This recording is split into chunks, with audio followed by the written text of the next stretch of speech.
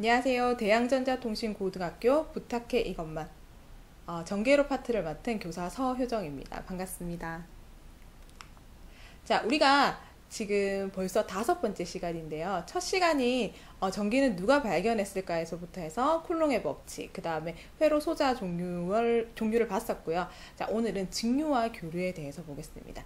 자, 직류와 교류는요, 그 전기 회로 파트에서 전원을 주는 부분을 저희가 오늘 한번 볼 건데요. 이 두 가지의 차이점이 어떤 건지에 대해서 한번 자세히 보도록 하겠습니다. 자, 직류와 교류는요, 일단 정의부터 먼저 보시면, 직류 같은 경우에는요, 시간은 계속 이렇게 흐르고 있잖아요. 이게 시간의 변화에 따라서 크기와 방향이 그대로인 우리가 전압이나 전류를 직류라고 하고요. 교류 같은 경우에는요, 시간이 흐르지만 이 흐를 때 크기와 방향이 변화를 하는데요. 이 변화가 그냥 변화를 하는 것이 아니라 주기적으로 변화하는 전압이나 전류를 우리가 교류라고 합니다. 그래서 우리가 직류 교류라고 얘기를 하기도 하고요. 직류 같은 경우에는 다이렉트 커런트라고 해서 DC라고 얘기도 하고요. 교류 같은 경우에는 alternating current라고 해서 AC라고도 많이 부릅니다. 자, 근데 우리가 이렇게 잘 모르니까 파형을 통해서 한번 보도록 하겠습니다. 직류와 교류의 파형입니다. 먼저 직류부터 보겠습니다. 자, 직류 같은 경우는 우리가 앞에서 얘기한 것처럼 시간의 변화에 따라서 파형이 변화 없이요, 계속 일직선으로 유지되고 있는 아이를 바로 직류라고 하고요. 자, 교류 같은 경우에는요, 지금 시간의 변화에 따라서 파형의 크기와 방향이 변화하고 있습니다. 자, 이거를 그냥 변화하는 게 아니라 그렇죠, 주기적으로 변화하고 있습니다. 자, 그래서 지금 나와 있는 파형을요, 우리가 교류 파형이라고도 하는데 다른 말로는 사인파나 정형파라고도 우리가 얘기를 하기도 합니다.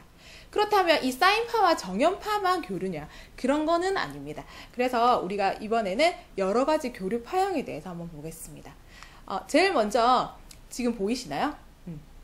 어떤 모양이죠, 이게? 사각형이죠. 그러니까 말 그대로 사각파입니다, 이거는. 사각파라고 하고 다른 말로는 구형파라고도 얘기를 하고요. 다음 파형 보시면 이 모양은 삼각형이죠. 그래서 저희가 삼각파라고 얘기를 합니다. 자, 다음 보시는 파형은요, 이렇게 뭐 같아 보이세요? 왠지 계단 같지 않으세요? 자, 그래서 말 그대로 계단파라고 우리가 얘기를 하고요. 자, 다음으로는 요거는 순간의 신호를 주기 위해서 사용하는 파형이고요. 요거는 펄스파라고 합니다. 좀 전에 설명드린 것처럼 교류 파형은요, 꼭 사인파만 교류 파형인 건 아니고요. 주기적으로 크기와 방향이 변하는 주기를 가지고 있는 파형을 우리가 전부 다 교류 파형이라고 합니다.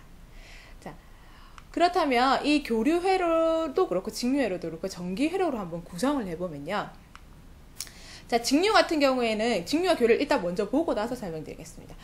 지금 다 똑같은데 뭐가 다르죠? 이 전원부가 다른 거 보이시나요? 자, 직류 같은 경우에는요, 짝대기 두 개를 나란히 놓는데요, 두 개의 길이가 다릅니다. 근데 우리 지난 시간에 제가 그 짝대기 길이가 서로 같은 거와 다른 게 구분해야 된다고 말씀드렸잖아요. 기억이 나시나요? 자, 이렇게 두 개 짝대기가 다른 경우에는 저희가 직류 전압이라고 하고요. 그때 짝대기가 같았던 건 뭐였죠? 그렇죠, 커패시터라고 합니다. 두 개를 반드시 구분해서 사용하셔야 됩니다. 자, 밑에 교류 같은 경우에는 이것도 전원인데요, 동그라미 안에 사인 파형을 하나 그려놓은 게 바로 교류라고 합니다. 자, 그렇다면 우리 지난 시간에 복습하는 의미로 이 파형에 지금 이 모양 보이시나요? 이게 뭐였죠? 수동소자 중에 하나였죠. 바로 이렇게 번개 모양이었던 바로 저항을 나타내는 거였습니다. 자, 우리가 좀 전에 방금 봤다시피 직류 같은 경우에는요, DC라고 표현을 하고요. 교류 같은 경우에는 AC라고 표현합니다. 자, 우리가 실제로 전기회로를 하면요, 그 직류와 교류를 둘 다 배우긴 하는데 사실 구분이 잘 못하더라고요, 학생들이. 근데 오늘 이 시간을 통해서 직류와 교류의 최소한 그 기호라든지 그 다음에 모양 같은 거는 오늘 좀 잘 기억하셨으면 좋겠습니다. 자, 오늘까지 지금 전기는 누가 발견했을까에서부터 해서 직류와 교류까지 저와 함께 했는데요.